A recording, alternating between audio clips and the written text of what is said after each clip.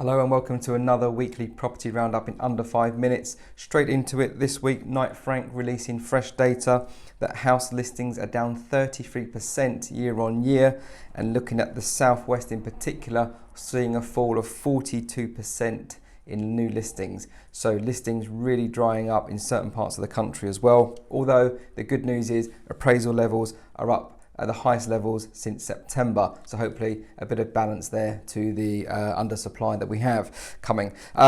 Ultimately, Knight Frank expects that the market to have some downward pressure on prices once that supply hits the market, but that remains to be seen. If you listen to Nationwide this week, they're coming out saying that house prices are actually up now 7.1% year on year. So still that upward trajectory, but a very close eye on supply and demand.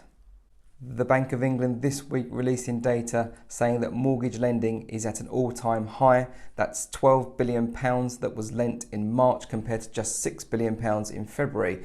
The bank also expects that we'll see another new record high in April. So the mortgage market really on fire at the moment, which is great news and certainly fueling this market even further.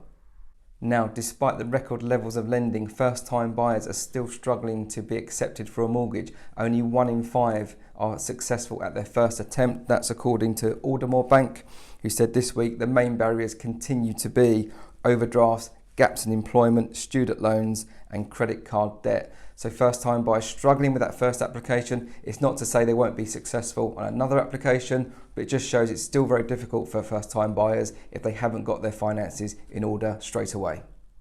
A company called Home Here have released data this week showing which portal leads are the best in terms of converting into viewings. It's showing this as a percentage, interesting and probably not surprising. Rightmove up at 36% conversion, Zoopla at 19% and On the Market at 5.7%. I'm sure we're about to see all that change as the portals continue to go to war and try and keep up with each other. But interestingly, the same company reported that the highest rate of conversion at 39% was actually the agent's own websites. So interesting that maybe agents are starting to take back control of that lead flow. This week, news from Strutt & Parker about buying trends. Interestingly, back in 2014, the reasons to move were put down to demographics, finance, lifestyle and location. That has been rehashed now, and in 2021 we've got 4 new reasons to move. They include technology, community, environment and mobility. So 4 new key things that buyers are really focusing on as the world changes, as we come out of COVID, seeing those habits change.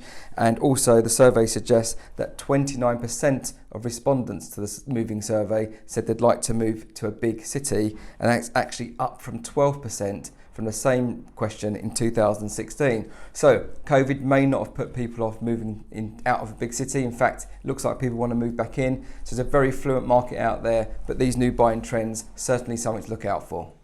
And finally, are agents starting to take back control of their data and their leads? According to Starbury, they are. Starbury reporting a 495% increase in digital spend from estate agents, seeing that spend coming away from the portals and onto their own websites and their own lead generation tools. So one to watch there. Agents certainly looking like they're trying to take back control, which can only be a good thing. That's everything for this week. Thanks again for watching. Have a great weekend.